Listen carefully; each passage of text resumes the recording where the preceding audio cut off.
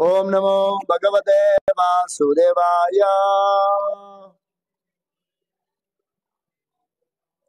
ओम नमो भगवते वासुदेवाय। ओम नमो भगवते वासुदेवाय।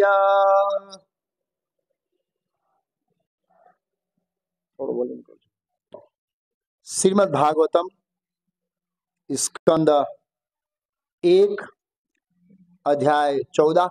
ओके। श्लोक संख्या 1। सुतवाच संप्रस्थिते द्वारकायां जिष्णो बंधु दिदक्षया ज्ञातुं च पुण्यश्लोकस्य कृष्णस्य च विशेषितम्। अनुवाद, तात्पर्य और भावार्थ श्री भक्तिवेदांत स्वामी प्रभुपाद इस्कॉन संस्थापक आचार्य द्वारा।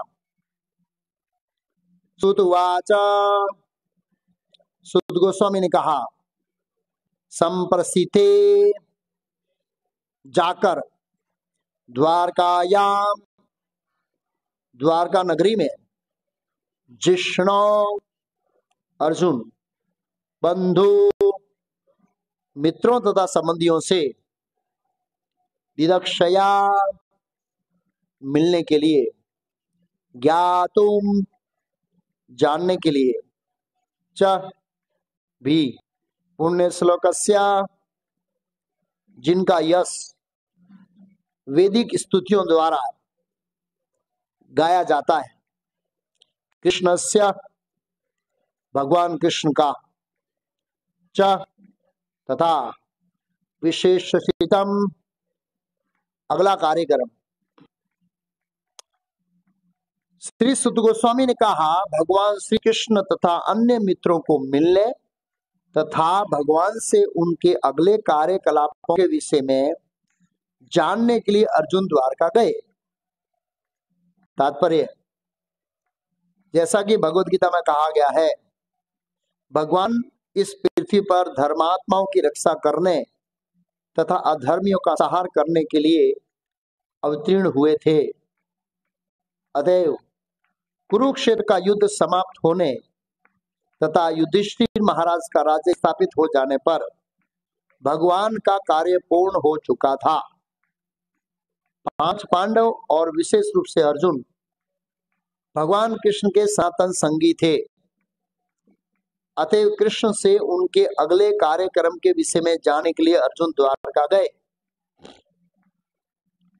ओम अज्ञानतिमिरान्धस्य ज्ञानाञ्जनशलाकया चक्षुरुन्मीलितं येन तस्मै श्री गुरुवे नमः।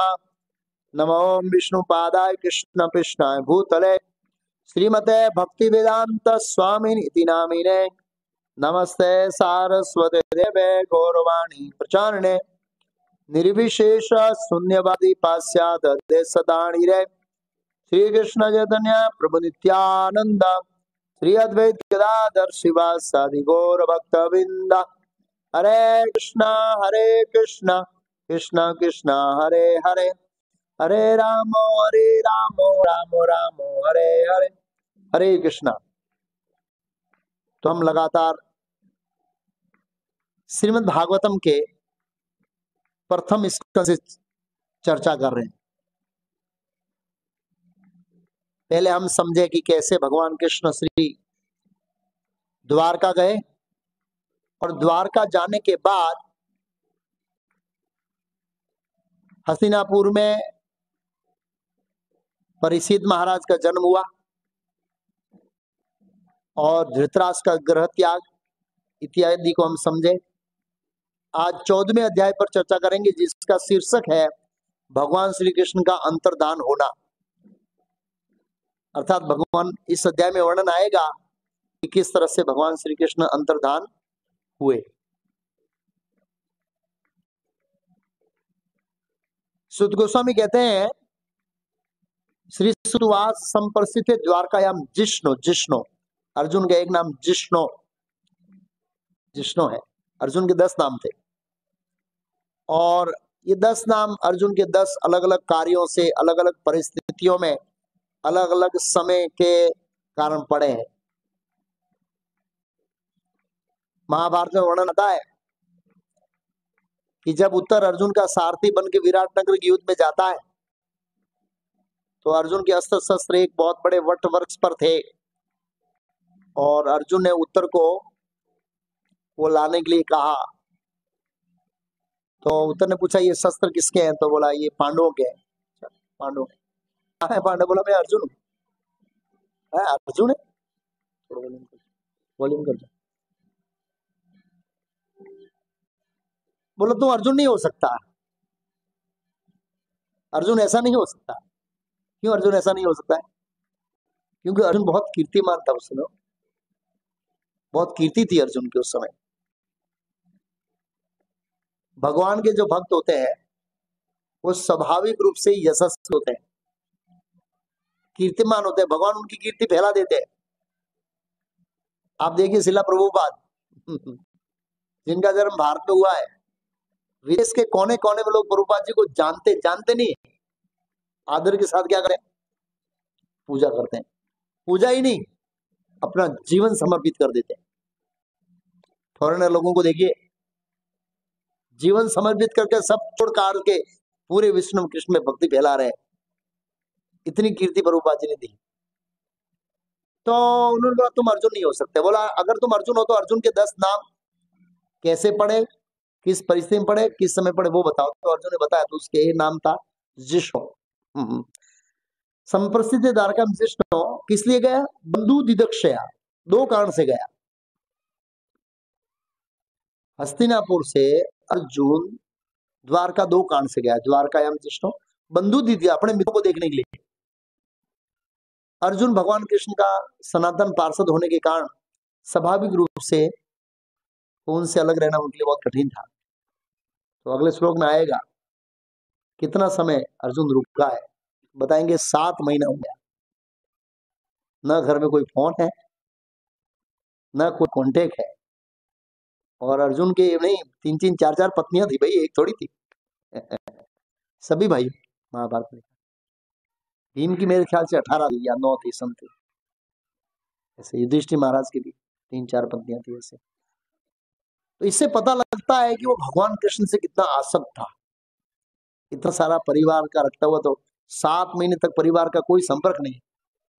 और हम मायापुर जाते हैं, दिन में फोन करते हैं, आज से योगपीठ गए तो ત્યાં જોયો તો તે શું બનાવ્યું ઘરમાં मतलब धाम यात्रा रखते हैं, आसक्ति घर में रहती है। लेकिन यहाँ पर देख सकते हैं अर्जुन 7 महीने से कोई संपर्क नहीं है। ऐसे कितना भगवान कृष्ण के विचारों में डूबे हुए हैं इस तरह से। एनीवे बंधु दिदक्षा। दूसरा कारण ज्ञातुम स पुण्य श्लोक से कृष्ण से विशेषितम। दूसरा भगवान कृष्ण की अगली योजना जानना चाह रहे थे। मतलब युधिष्ठिर महाराज बोले, गुजरात बोला हवे तो हम नवरा थई गया। नवरा थई गया मतलब कुछ काम धंधा ही नहीं है, वैसे पूरे दिन बैठे रहते राज्यसभा में। कृष्ण कथा करते थे, ऐसा नहीं करते थे, लेकिन कुछ संघर्ष नहीं था। कुछ संघर्ष नहीं था मतलब कुछ विशेष काम नहीं था, बस टैक्स देते थे, ये होता था छोटा मोटा काम। और महाभारत का युद्ध पूरा हुआ था, दुष्ट लोग थे नहीं, चोर चक्के तो थे नहीं, सब सभाया बोल दिया। जब राज्य चोर चक्का नहीं होता है तो पुलिस नवरी होती है ना और राजाओं के पास समस्या ही नहीं थी, सब फ्री थे। तो पांडवों को लगा यार कुछ सेवा करेंगे भगवान की, कुछ ये तो बस टाइम पास हो रहा है। ये भगवान के भक्त है लेकिन सोच रहे हैं कि कुछ और सेवा है कृष्ण की, पूछ के आओ जाओ अगला कार्यक्रम क्या है, मतलब क्या युद्ध करवाना है, कोई और है, क्या करना है, दिशा दिख नहीं रही है। तो एक यहाँ पर शिक्षा मिलती है। क्या शिक्षा? कि भगवान कृष्ण के शुद्ध भक्त होते हैं, वो भगवान की योजना के अनुसार करते हैं। जैसे ही सेवा पूरी हो गई तो दूसरी सेवा के लिए तो भक्तों को चाहिए शिक्षा ले। एक सेवा दीजिए, पूरी होगी तो कमांडर को जाके बोला प्रभु ये पूरी हो गई, और कोई सेवा है? ऐसा नहीं है कि हाँ एक सेवा पूरी बहुत होगा। पांडव जानना चाहते थे महाभारत युद्ध की सेवा पूरी हो गई, वो भी एक सेवा थी। है? भगवान की अलग अलग सेवा होती है। प्रसाद लेना भी एक सेवा है। और बंदरों के साथ रावण के ऊपर अटैक करना भी एक सेवा है? बंदरों ने सेवा स्वीकार किया था। प्रभु राम ने बोला कि हमको युद्ध करना, हाँ प्रभु तैयार है हम लोग, ये भी एक सेवा है। महाभारत युद्ध एक सेवा है भगवान की। हरे कृष्ण करना सेवा, कीर्तन में नाचना सेवा, और लंका पर आक्रमण करना वो भी सेवा है। और जब आक्रमण करेंगे तो मार खाएंगे। तो हम लोग अगर आरामदायक सेवा चाहते हैं तो भगवान की कृपा नहीं मिलेगी। हम आज सुबह में चर्चा किया था शिवानंद से, बहुत कठिनाई से वो भक्तों को ला रहे थे। चैतन्य महाप्रभु का स्पेशल आशीर्वाद मिला उनको। बोला जब तक शिवानंद सेन उनका परिवार जगन्नाथपुरी में रहता है, हे गोविंद मेरा महाप्रसाद खाली उनको ही देना है। सरस होता है। तो अलग अलग सेवा होती है और भगवान अलग अलग जीवों की स्थिति, उनकी शारीरिक दशा, उनकी मानसिक दशा, उनके अनुसार सब देखते हैं। सबको हनुमान जी बनने की जरूरत नहीं है और बन भी नहीं सकते हम लोग। हर व्यक्ति अपनी कैपेसिटी, और भगवान प्रसन्न होते हैं। जीव अपनी कैपेसिटी सेवा करता प्रसन्न होते हैं। और रामलीला हम देखते हैं वो गिलहरी होती है, वो भी एक ऐसे मिट्टी के दाने भर के वो उसके डालती है। हनुमान जी बोले साइड में जाओ, मेरा पत्थर गिरेगा तो चपाटी बन जाएगी तेरी। भगवान राम ने डांटा, नहीं ये मनोदशा ठीक नहीं है हनुमान जी आपकी। आप बड़ा काम कर रहे हो, कोई छोटा काम कर रहा है तो इसका मतलब ये नहीं, उसकी कैपेसिटी ऐसी है। मैंने उसको शरीर छोटा दिया है, आपको मैंने बहुत शक्ति दी है। तो हर व्यक्ति अपने सामर्थ्य के अनुसार सेवा करे और भगवान प्रसन्न होते हैं, प्रसन्न होते हैं।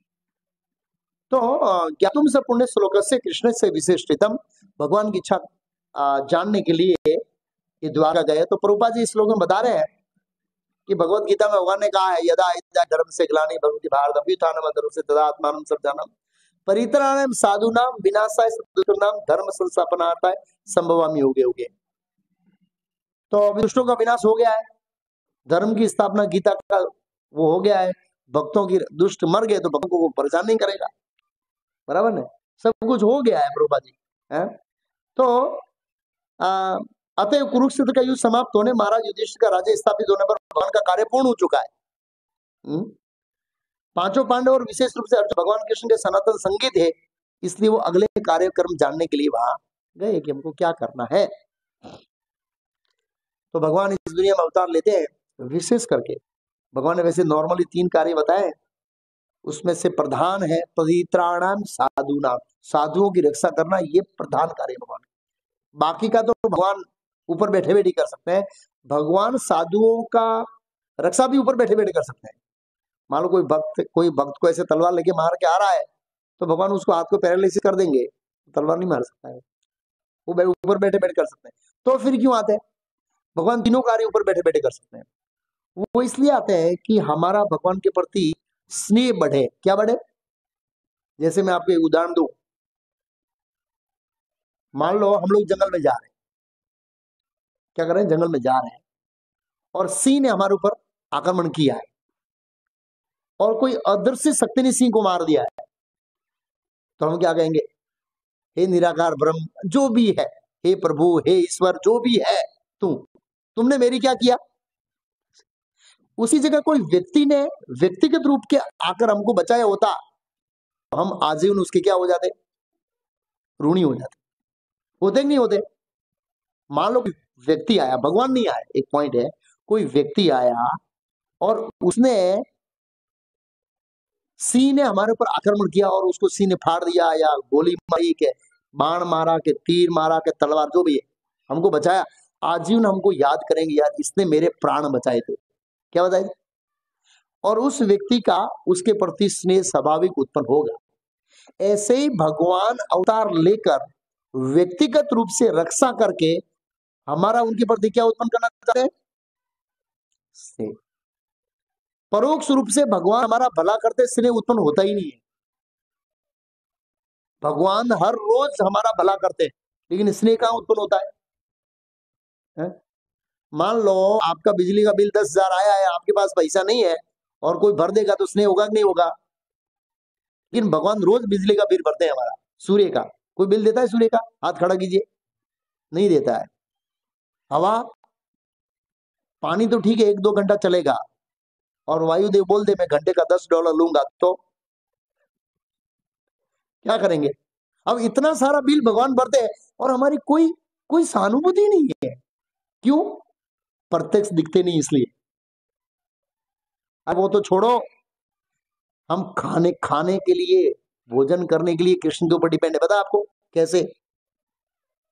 अहम वैश्वानरो भूत्वा नाम प्राणी नाम। अरे वो जठराग्नि, वैश्वानर की जठराग्नि मैं हूं। एक चूल्हे पे पकाते हैं, अंदर जाके डाइजेस्ट मैं करता हूँ। डाइजेशन खराब हो जाए, वो फिश नहीं खा सकते हैं, सक्रिय वाले गुलाम जामुन नहीं खा सकते हैं। पचेगा नहीं, वो पतली पतली खिचड़ी खानी पड़ेगी लड़ी वाली, बराबर ना? शुक्र गुजार करो, भगवान पचाते। तीसरा, हम सोने के लिए भी किसके ऊपर निर्भर है? परमात्मा के ऊपर निर्भर है। परमात्मा जब तक हमारी स्विच ऑफ नहीं करेगा, आप कितना भी प्रयास करो नींद नहीं आएगी। मेरा अपना कई बार एक्सपीरियंस है। कई बार क्या लेट हो जाता, मैं 11-12 बजे आता हूँ सत्संग से, नवसारी जाता हूँ तो नवसारी से मेरे आते 12-12:30 रेगुलर वापस आता हूँ। हर शुक्रवार शनिवार जाता था पहले। 12 कई बार नींद उठ जाती है, तो पहले क्या करता हूँ मैं, चलो लेक्चर सुन लेता हूँ। तो ईयरफोन डालता हूँ, सुनता हूँ, नींद नहीं आती। फिर सोचा कुछ पढ़ लेता हूँ, नींद आ जाती है। फिर सोचा जब ऐसी चीज है, जब अच्छे अच्छों को सुबह नींद आ जाती है, आती है ना, 5 से 7 के अंदर अच्छे अच्छे गुलाटी मार देते हैं, बोले इसमें तो नींद आएगी आएगी। और मच्छरदानी के अंदर बैठ के जब शुरू करता हूँ हरे कृष्णा हरे कृष्णा, 1 माला हो गया, 2 माला हो गया, 3, नींद ही नहीं आती। तो फिर मैंने एक बार पढ़ा था, प्रभुपाद जी के तात्पर्य में लिखा है कि जब तक परमात्मा हमारी कॉन्शियसनेस को डाउन नहीं करेंगे, वी कैन नॉट स्लीप। तो मुझे वो शब्द याद आया, आज परमात्मा ने मेरी नींद को कैंसिल कर दिया है कि आज सीएम कितना ही जप करे उसको नींद नहीं आएगी। मैं सोचा हे प्रभु, ये 5 से 7 तक आप ऐसा करते तो कितना अच्छा रहता। 5 से 7 हम जब करते हैं मंदिर वाले, उस समय ये अपनी कॉन्शियसनेस को जागृत रख, कितना अच्छा जब होता है। तो कहने का है, हम लोग कई बार गोली खाते हैं फिर भी नींद नहीं आती। क्यों? अरे भगवान नहीं सुलाना चाहते हैं। तो आप शुक्रगुजार करिए कि परमात्मा की कृपा से हम सोते हैं, और सोने के बाद सब उठते हैं ना, तो परमात्मा याद दिलाते हैं अंदर बैठे बैठे, तुम भाई फलाना भाई है, रिलायंस में इतने बजे जाना है, तू इसका ऑपरेटर है। ये रात को उसका जितना भी कॉलेज का डिग्री का ज्ञान है भूल जाता है। कोई हार्ट ऑपरेशन करने वाला डॉक्टर है, रात के नींद में उसको बिल्कुल ज्ञान नहीं है कैसे हार्ट ऑपरेशन होता है।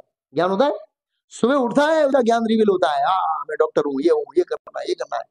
परमात्मा याद दिला रहे। भगवत गीता में श्लोक है, सर्वशेषाहम हृदि सन्निविष्टो मता स्मृति ज्ञानम अपोन च। मैं याद दिलाता हूं, मैं भूला जाता हूं। हाँ, भगवान याद दिलाते हैं और भगवान क्या करते हैं, भुला देते हैं। दोनों ही भगवान करते हैं। तो कहने का मतलब ये है, मैंने ये पॉइंट मैं ये कहना चाह रहा हूं कि अप्रत्यक्ष रूप से भगवान हमारा करोड़ों जन्मों से भला करते आ रहे हैं, लेकिन हमने इतने मंद बुद्धि वाले लोग हैं कि हमारा भगवान के प्रति प्रेम उत्पन्न नहीं हो रहा है। इसलिए भगवान ने कहा, मैं आऊंगा, लीला करूंगा, व्यक्तिगत रूप से भक्तों की रक्षा करूंगा, जिससे स्वाभाविक रूप से प्रेम बढ़ेगा। जिसका उदाहरण कौन है? कुंती महारानी। अब पांडवों के ऊपर इधर भी आएगा, पांडवों के ऊपर कृष्ण ने इतने उपकार किए कि उनका स्नेह इतना उबड़ गया कि जिसकी कोई व्यक्ति कल्पना नहीं कर सकता है। ये स्वाभाविक है, अगर कोई हमसे हमारी रक्षा करेगा तो उसके प्रति हमारा स्नेह उबड़ेगा, उसके ऊपर हमारा स्नेह बढ़ेगा, और स्नेह को बढ़ाना ये तो हमारे जीवन का लक्ष्य है। तो भगवान ये स्नेह को बढ़ाने के लिए इस दुनिया में आते हैं, ये यहाँ पर चर्चा हो रही है। प्रभुपाद जी बोले अब ये स्नेह बढ़ाने का काम क्या हो गया है पूरा, और अब भगवान क्या होने वाले, अंतर्धान होने वाले हैं। तो आगे कहते हैं, व्यथिता किंचित मासाद तथा नायतो अर्जुन ददस गौर रूपाणी निमितानि गुरुधा। कुछ मास बीत गए, कुछ मास में इसमें मैंने बताया आगे आएगा, 7 मास बीत गए, 7 महीना हो गए, अर्जुन हस्तिनापुर नहीं आया, किंतु अर्जुन वापस नहीं लौटे। तब महाराज युधिष्ठिर ने कुछ अपशकुन दिखे। क्या दिखे? अपशकुन। अभी तो क्या है, सब नास्तिक हो गए, सुकन अपशकुन में मानते नहीं है, और अभी तो जीवन में अपशकुन ही अपशकुन है, इसलिए समझ में नहीं आ रहा सुकन क्या है। हेलो, पहले हम घर से निकलते थे तो बिल्ली रास्ता काटते थे, हम रुक जाते थे, या ऐसे कुछ वो आया था सबसे पहले। आज तो ये सब पता ही नहीं है, सुकन सुकन ऐसे, और पता है भी तो उसको स्वीकारते नहीं है, ये ऐसे ही बोलते रहते हैं ऐसे।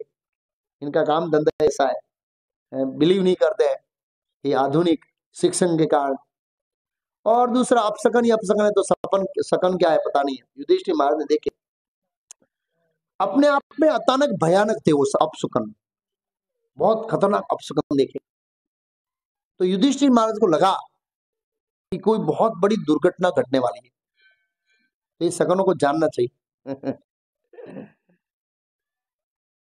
तो भगवान कृष्ण है वो ही सर्वशुभ है। जब तक वो जगत में थे तो पृथ्वी समृद्धिशाली और सुखी और प्रसन्न थी, और जैसे भगवान प्रयाण कर देंगे तो इस दुनिया में सभी लोगों के जीवन में अशुभ आ जाएगा, शुभ नहीं रहेगा। तो युधिष्ठिर महाराज ने क्या अपशकन देखे? पैर देखा, कालस्य गतिम रौद्राम विपर्य ऋतु धर्मीण पापीयसी निर्णय वार्ता क्रोध लोभ अनावर्तम त्यातम।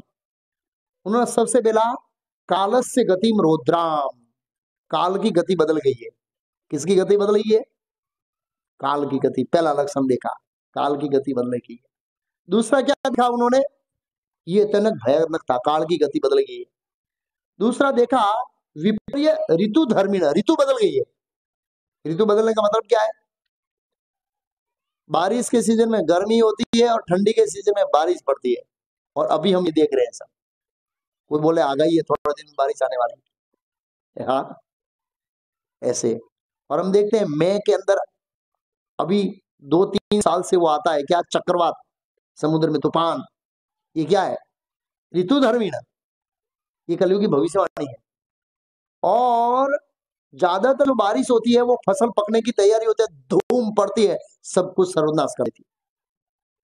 या तो पहले पड़ती है या बाद में पड़ती है, जितनी चाहिए उतनी नहीं पड़ती है। ऋतु में बदली, गर्मी में ठंडी हो रही है, ठंडी में गर्मी हो रही है। हाँ, ऋतु धर्मी, ऋतु के अंदर परिवर्तन देखा उन्होंने, पहले ऐसे नहीं था। मैंने आपको कई बार बताया, जब मैं राजस्थान था तो मैंने 4 स्तर की बारिश देखी। कितने स्तर की बारिश? मैं 95 की बात कर रहा हूँ, 94 93 की बात कर रहा हूँ। 4 स्तर, पहले भरपूर बारिश, उसके बाद जब ऐसा लग रहा है कि अभी अनाज को पानी चाहिए तब दूसरी बारिश हल्की, और फिर और हल्की, चौथी तो एकदम थोड़ा, बस उसको क्या है मतलब भेज जैसा, ताकि थोड़ा भी जो उसको अनाज पकना बाकी हो, क्योंकि पहले जितनी भारी बारिश पड़ेगी वो अनाज सड़ जाएगा। ये मैंने अपने आंखों से देखी। और बाजरी कितनी बड़ी होती थी, इच्छा जितनी बाकी मैंने देखी, इतनी बढ़िया। हम ऐसे पोंख लेते तो ऐसे करके, अभी गुजराती में क्या, बाजरी भी बटकी थेगी, लोगों बटका थे ना, ठिंगड़ा। अब અહીં आयो, मैं कहीं देखा गेहूं है 1.5 फुट के गेहूं, मैंने गेहूं 4 फुट के देखे राजस्थान में 94 के अंदर। मेरी बहन थी, वो गेहूं की खेती करते थे जालोर जिले में, मैं गया था, देखा तो वो बहुत ऊंचा ऊंचा गेहूं थे। अब गेहूं धीरे धीरे दाने छोटे हो रहे हैं, कलयुग का प्रभाव है। बताएंगे आगे और क्या हुआ, क्या देखा उन्होंने? पापीयसी निर्णाम वार्ता, सामान्य लोग लालची, धोखेबाज और क्रोधी हो रहे हैं। आप देखिए, छोटी छोटी चीजों के अंदर क्रोध हो जाता है, थोड़ा बाइक टच हो गया बस शुरू हो जाता है दबा दबाई, और कई बार ऐसे मर्डर हो जाता है, देखा गया है।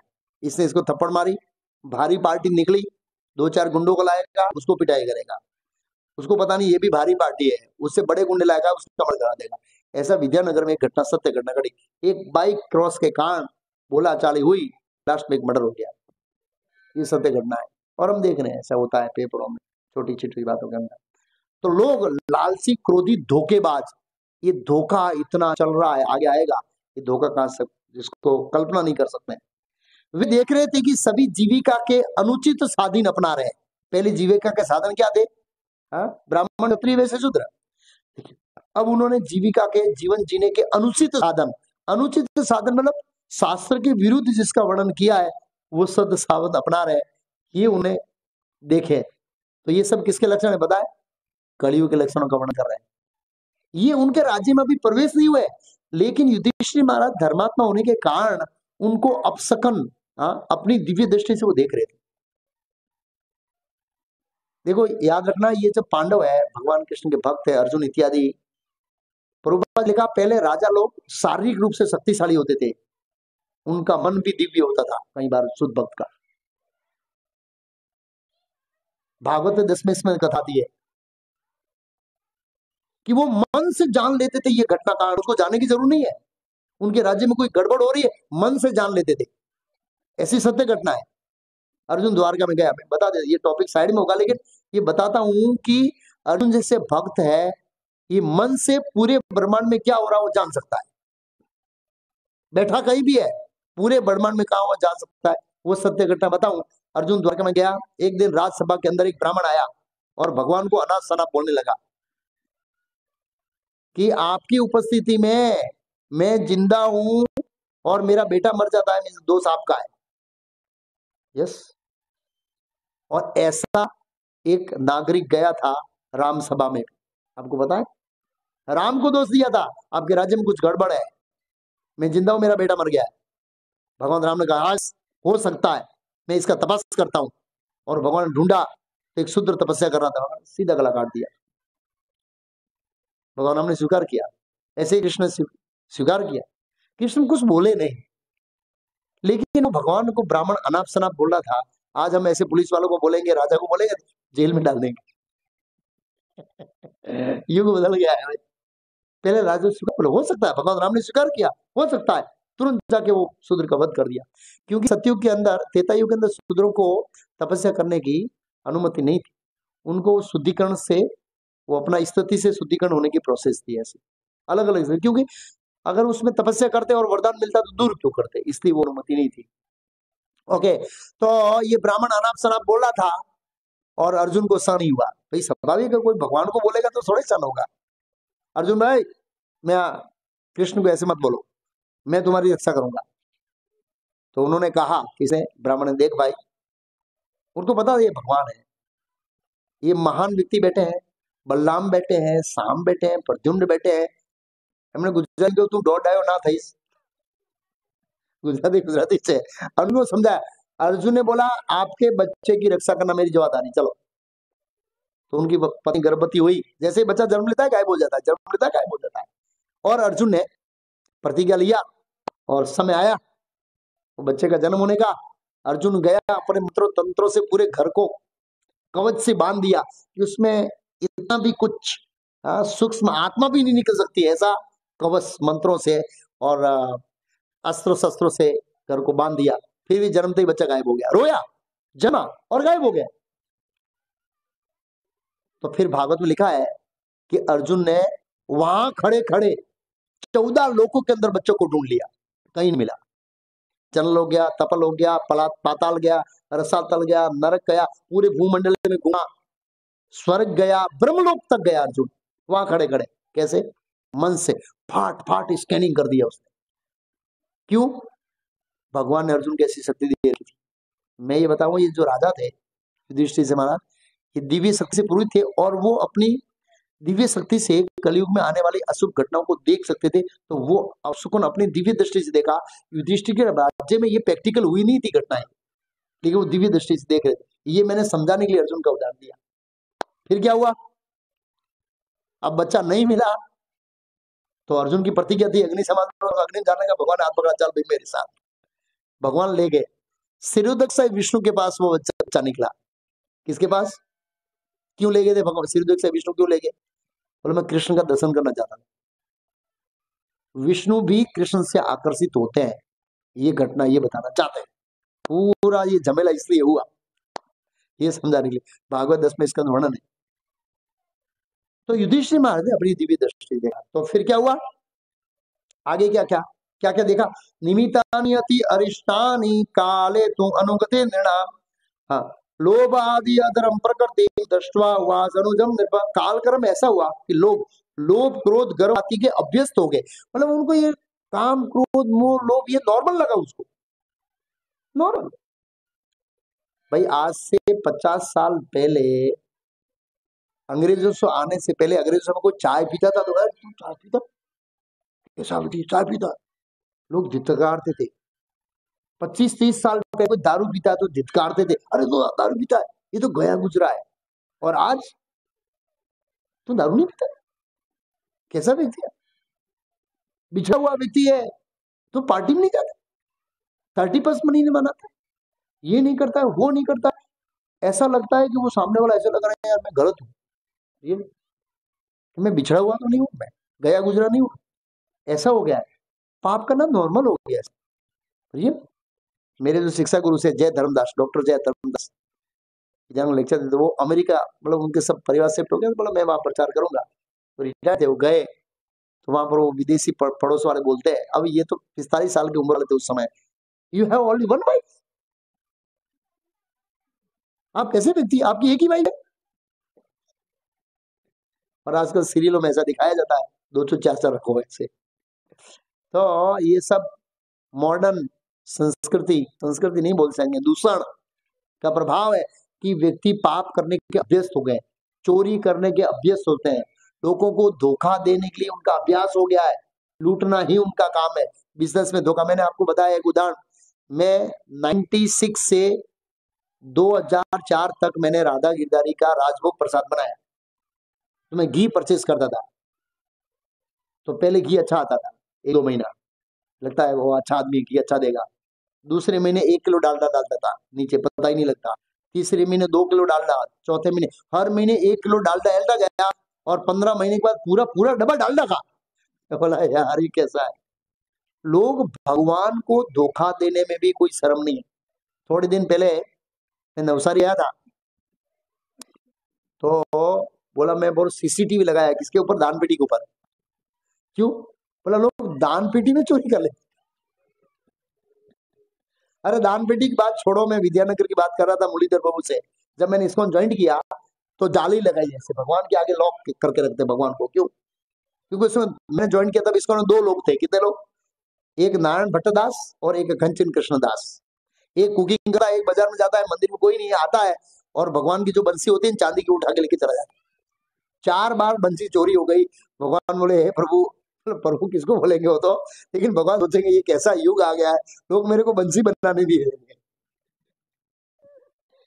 फिर लोग सोचिए, भगवान की बंसी चोरी करते समाज कितना गुजर गया है, दान पेशी से पैसा चोरी करते लोग कितने गुजर गए, तो लोग अभ्यस्त हो गए, अभ्यस्त में उनकी आदत पड़ गई है, और ये तो नॉर्मल है, अभी पाप पाप लगता नहीं है, लोग ऐसे पाप नॉर्मल है, ये कलयुग का प्रभाव है।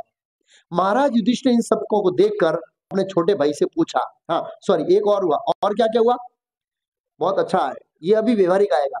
जिहा प्रायं वयं हतम साठ्य मिश्रम ससोदम पितृमात्र सुध भात्र दपति नाम सकल कलम।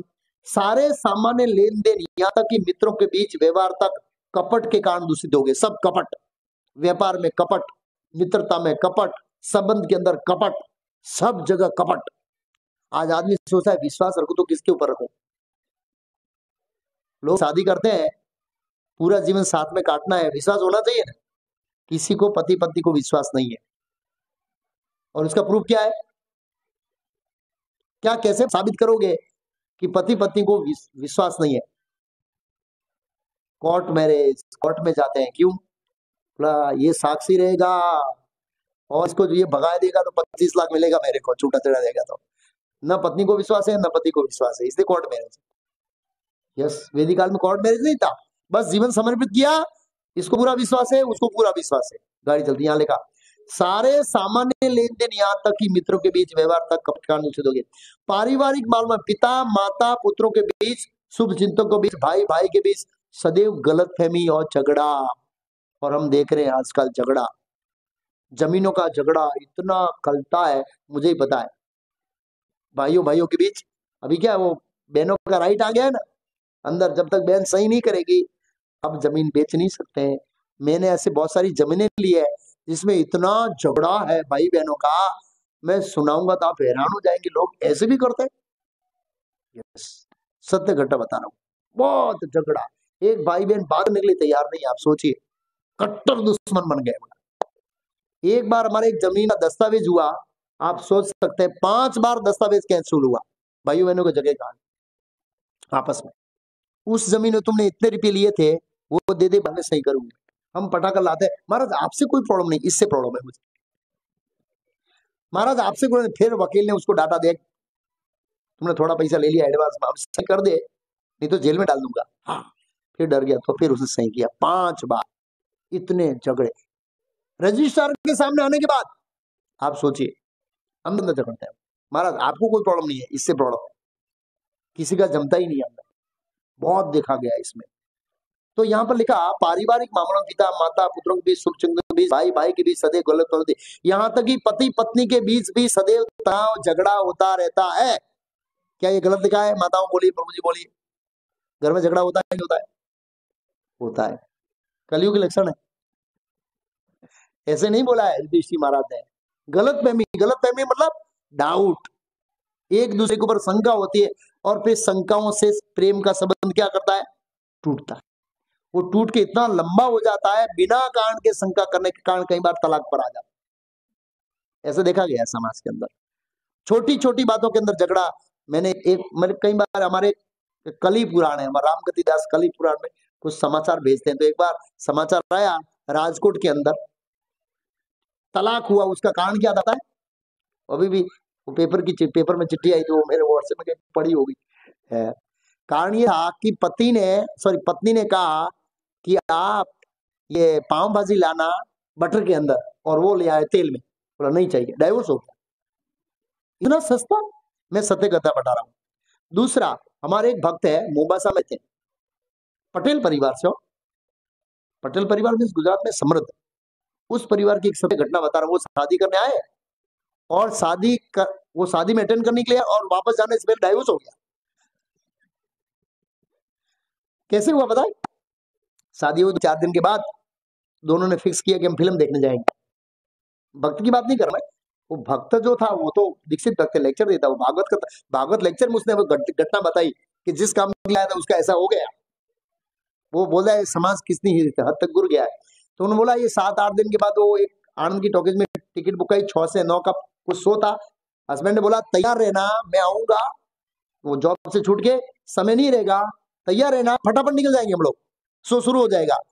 और वाइफ ने ऐसे साड़ियों की थप्पी मार के रखी, बोला पतिदेव आएंगे, पूछूंगी कौन सी आपको पसंद है, वो पहनूंगी और फिर जाएंगे।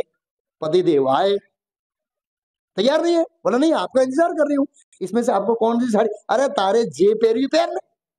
वहां बॉस ने कुछ किया होगा, गड़बड़ डाटा होगा बेचारे को, यहाँ शो का टाइम हो गया है, गुस्सा था, वाइफ पे निकाल दिया, बस डाइवोर्स पूरा हो गया, लाइफ इज फिनिश।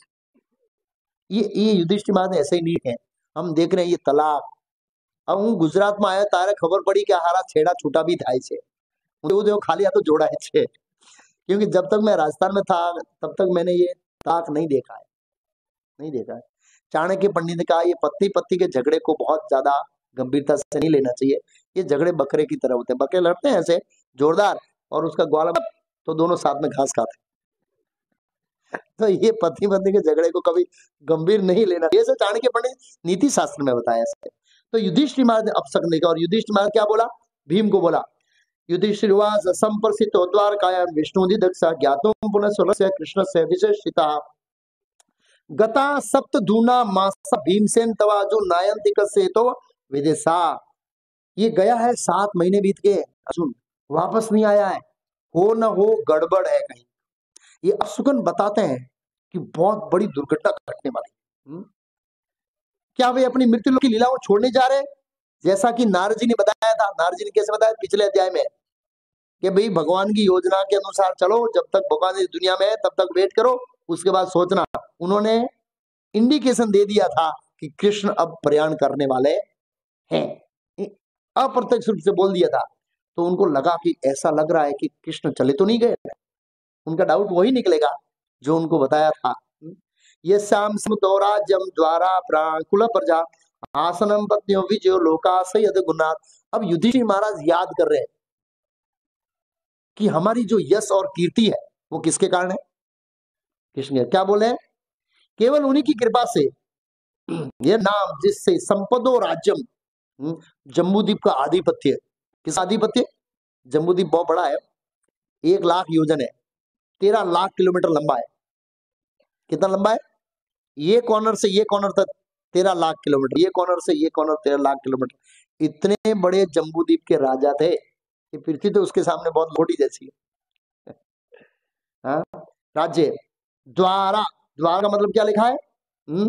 पत्नियां, माता द्रौपदी इस विश्व की सर्वांग सुंदरी थी, ऐसा लिखा है महाभारत के अंदर, श्रीमद् भागवतम में। फिर क्या? प्राण जीवन सार, कुल प्रजा, हाँ, मतलब कुरुवंश में जन्म युधिष्ठिर महाराज का, और यज्ञ उनका, शत्रुओं पर विजय, और स्वर्ग लोक तक समाचार पहुंच गए थे युधिष्ठिर महाराज के कीर्ति के, राज्य के। ये सब कृष्ण की कृपा के कारण है। प्रभुपाद जी ने एक पॉइंट बहुत अच्छा लिखा, हमको समझना चाहिए। प्रभुपाद जी कहते हैं भौतिक जगत में अच्छी पत्नी, अच्छा घर, पर्याप्त भूमि, अच्छी संतान, राजसी परिवार, मतलब धनाढ़ परिवार, और प्रतियोगियों पर विजय, जो हमारे प्रतिद्वंदी है उन पर विजय, ये सब मात्र कर्म के द्वारा नहीं मिले। कर्म तो होगा, लेकिन जब तक कृष्ण का आशीर्वाद नहीं होगा आपको ये सब नहीं मिलेगा। खाली कोई प्रयास से, अपने प्रयास से ये सब चीज नहीं प्राप्त कर सकता। यस, कृष्ण के आशीर्वाद चाहिए। और युधिष्ठिर महाराज को पूर्ण पता था ये सब कृष्ण के आशीर्वाद के कारण मुझे ये सब मिला है। इतना बड़ा राज परिवार, दुश्मनों पर विजय, अश्वमेध यज्ञ है, और सुंदर पत्नी, राजसी जीवन, भगवान की कृपा से।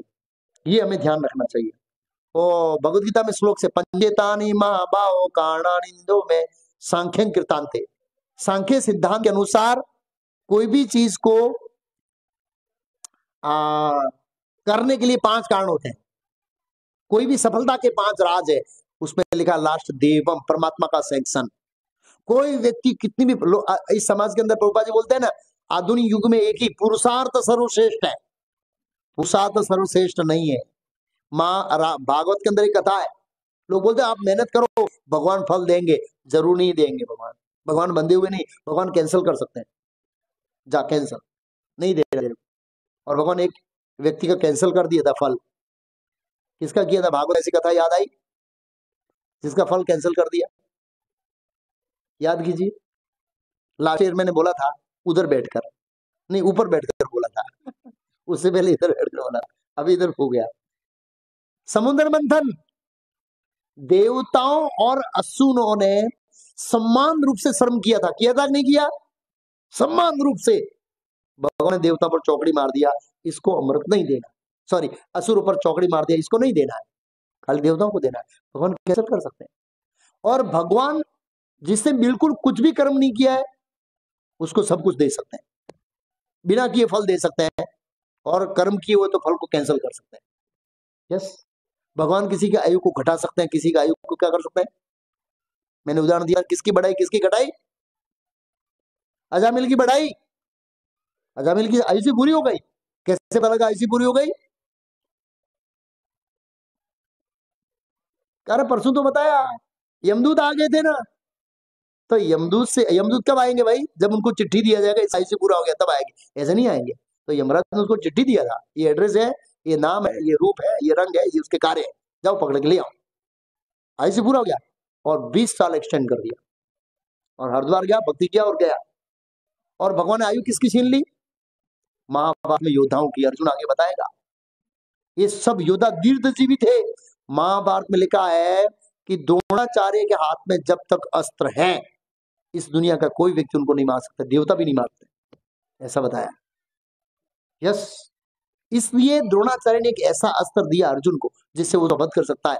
द्रोणाचार्य को पहले ही भलक आ गई थी, गुरुकुल में बालक में पढ़ाते थे कि पांडवों और कौरवों के अंदर द्वेष है, और द्रोणाचार्य बहुत विद्वान और बहुत महान व्यक्ति, दोनों जान लिया कि पांडवों के साथ अन्याय होगा, भलक आ गई, और धृतराष्ट्र महाराज की मनोदशा पड़ गए वो।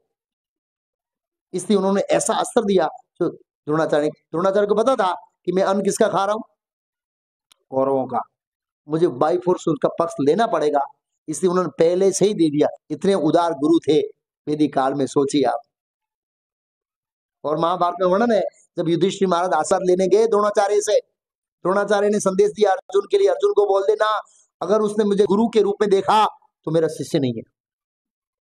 इतना गर्व था उनको, मतलब मुझे शत्रु के रूप में देखना है और शत्रु के रूप में मुझे बाण चलाना है, ऐसा चाहते थे। कौन? द्रोणाचार्य। और हम होते तो क्या करते? अरे भाई मैं तने आटलो ज्ञान आपे, थोड़ा बाण धीरे थी मार जाओ भाई। गुजराती तो गुजराती छे। तो कहने का मतलब ये है कि ऐसे उदार दिल के लोग थे, ये सब सामान्य लोग नहीं थे। लेकिन भगवान ने आयु घटा दी, अर्जुन बोल रहा है। सबकी आयु से आपने घटा दी। पिता 20 में लेकर सब लोगों की, जितने राजा होंगे ये जिंदे रहने वाले थे, ज्यादा आयु घटा दी। तो भगवान आयु को घटा सकते हैं, बढ़ा सकते हैं, तो पूर्ण प्रवेश और स्वतंत्र है, कुछ भी कर सकते हैं।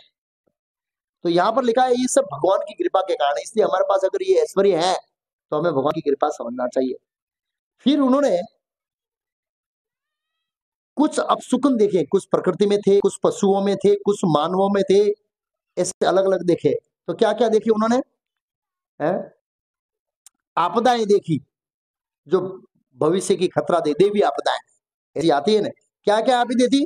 पहले उन्होंने शरीर में देखा, मेरे शरीर का बायां भाग, बाई जांघें, बाई भुजाएं, बाई आंखें बार बार फड़फड़ रही है, ये जो फड़फड़ती है ना बाई, तो याद रखना कुछ अपशुकन होने वाला है।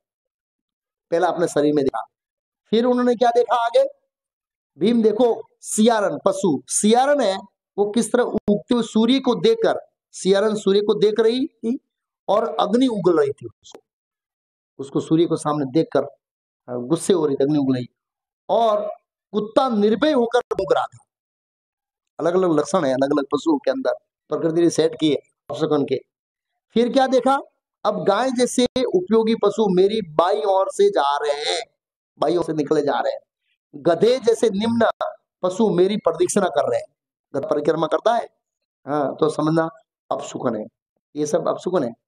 हाँ, वो किसके ऊपर? वो कंस कंस कंस कंस जब मरने वाला था तो उसको भी ऐसा दिखाई दे रहा था, अपशुकन। हाँ हाँ, लिखा है भागवत में, रावण को भी दिखाई दे रहा था ऐसे अपशुकन, ये गधे भौंकना इत्यादि ऐसे अपशुकन है, ऐसे प्राणी है। घोड़े मुझे देखकर, मेरे घोड़े, युधिष्ठिर महाराज के अपने घोड़े थे जो मुझे देखकर रो रहे हैं, उनको रोना आ रहा है, कुछ तो गड़बड़ है। फिर देखा ये कबूतर जैसे मृत्यु का दूत है, ऐसे दूत बनकर आया मेरे सामने, और उल्लू और उनके प्रतिनिधि कौओं की चीख मेरे हृदय को बहा रही है। उल्लू क्या होता है? उल्लू और कौवे चीख रहे थे जोरदार। ऐसा प्रतीत होता है कि इस ब्रह्मांड में बहुत बड़ी हानि होने वाली है, बहुत बड़ा लॉस होने वाला है। जरा देखो किस तरह से धुआं आकाश को घेरे हुए, वो धुआं है वो आकाश को घेर लिया था, और पृथ्वी कांप रही थी, पर्वत कांप रहे थे ऐसे। ये भी अपशकन है इसलिए ऐसे। और बादलों की गर्जन बहुत कड़वाहट के साथ थी ऐसे, और आकाश से वज्रपात गिर रहे थे ऐसे लग रहा था। हाँ, वायु तेज बह रही थी, धूल बिखर रही थी, अंधेरा उत्पन्न कर रही थी वायु, और बादल सर्व रक्तिम आपदाओं की वर्षा कर रही थी। ऐसे देखा, रक्त की बारिश। रक्त की बारिश कौन करते हैं? युद्ध के अंदर असुर लोग करते हैं। जब ध्रुव महाराज के ऊपर यक्षों ने आक्रमण किया तो मायावी शक्ति के रक्त की बारिश की, आसुरिक। तो इस तरह से अशुभ परिस्थिति में ऐसा होता है। फिर उन्होंने क्या देखा? सूर्य की किरणें मंद पड़ रही है, हाँ, सूर्य की किरणें मंद पड़ रही है, तारे आपस में भिड़ रहे हैं, ये अपशकन है। तो ये सब अपशकन का वर्णन दो समय में हुआ था भागवत में। एक तो हिरण्याक्ष और हिरण्यकशिपु के जन्म के समय में, ऐसा ही अपशकन सेम वर्णन है। सूर्य का प्रकाश मंद पड़ गया, आप सोचिए, वो लिखा उसमें गर्भ में था, गर्भ में कौन? हिरण्याक्ष, और उसका इतना आसुरिक प्रभाव था कि गर्भ में से बैठा बैठा इतना प्रभाव जमा रहा था सूर्य पे, बाहर निकलेगा तो क्या करेगा? हाँ, ये समाज अपशकन अपशकन है, क्योंकि बहुत सारे असुर जन्म हुए हम, लिखा है भागवत के अंदर। और महाभारत में जब दुर्योधन का जन्म हुआ तो सेम अपशकन दिख रहे थे, अशुभ घटना से अशुभ लोग जन्म लेते। नदियां, नाले, तालाब और जलाशय विशुद्ध हो रहे हैं, अग्नि, घी से अग्नि नहीं जल रही है, ये असामान्य कार्यकलाप कैसे हो रहा है? बछड़े ना तो गौओं के मुंह लगा रहे, थन में मुंह नहीं लगाते हैं, गौएं दूध नहीं देती है, आंख में आंसू खड़े खड़े रो रही है गाँव पर, और बैलों को चारागारों से कोई प्रसन्नता नहीं हो रही, बैल कोई घास नहीं खा रहे हैं गोचर के अंदर, इस तरह से। और मंदिर में अर्च विग्रह शौक कर रहे हैं, कौन शौक कर रहे हैं? अर्च विग्रह। ऐसा लगता है कि हो न हो भगवान कृष्ण प्रयाण करने वाले हैं। आप सोचिए, भगवान की स्थिति से कितना वातावरण शुभ था और भगवान की अनुपस्थिति में कितना वातावरण अशुभ बन रहा है। तो हम सोच सकते हैं कि अभी कितना वातावरण अशुभ है और हम इस अशुभ वातावरण में रह रहे हैं, और भगवान के समय में कितना वातावरण शुभ था, इसे हम कल्पना कर सकते हैं। फिर लिखा है आगे, सारे नगर, ग्राम, कस्बे, बगीचे, खाने, आश्रम सौंदर्यहीन तथा आनंद से रहित है। तो आज देखते हैं ये जो नगर, ग्राम, कस्बे, इसमें सौंदर्य नहीं है, सब श्रृंगार प्लास्टिक का आ गया है। पहले फूलों का हुआ करता था। एक बार एक शादी में गया, डेकोरेशन देखा, मैं कि क्या फूल यूज किया है, थोड़ा नजदीक देखा, यार प्लास्टिक, थर्ड क्लास क्वालिटी का प्लास्टिक। पहले नगर इत्यादि बहुत समृद्ध और आनंदित वातावरण रहता, आज कोई भी आनंदित नहीं है। आप देखो सब ट्रेन में मुंह लटका के बैठे रहते हैं और हम बोलते हैं हरे कृष्णा जय भगवान। गुजराती में क्या उतरेली कड़ी जो मोड़ो, बेचारा अंदर से इतना डिस्टर्ब। व्यक्तियों के जीवन में आनंद नहीं। ये जो कथाकथित आनंद है ये आर्टिफिशियल है, सुपरफिशियल है। रियल हृदय में आनंद नहीं है, क्योंकि माइंड इंडेक्स, ये जो माइंड है ये फेस का इंडेक्स है, जो मन में होता है, हृदय में होता है, वो डिस्प्ले होता है। और हम लोगों के फेस देख के जान सकते हैं कि लोग कितने आनंदित है। और खास करके कीर्तन में देख सकते हैं कौन नाच रहा है, वो आनंदी है।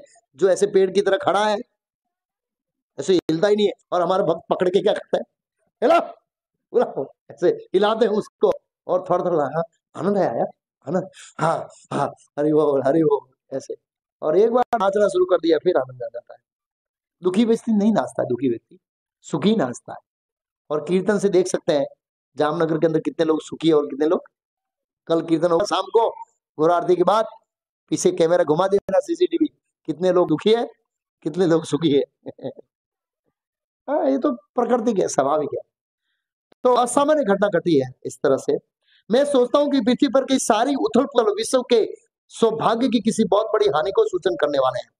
संसार भाग्यशाली था कि उसके ऊपर भगवान कृष्ण के चरण कमल थे। और यहाँ पर बताएंगे आगे वो पृथ्वी भी आएगी।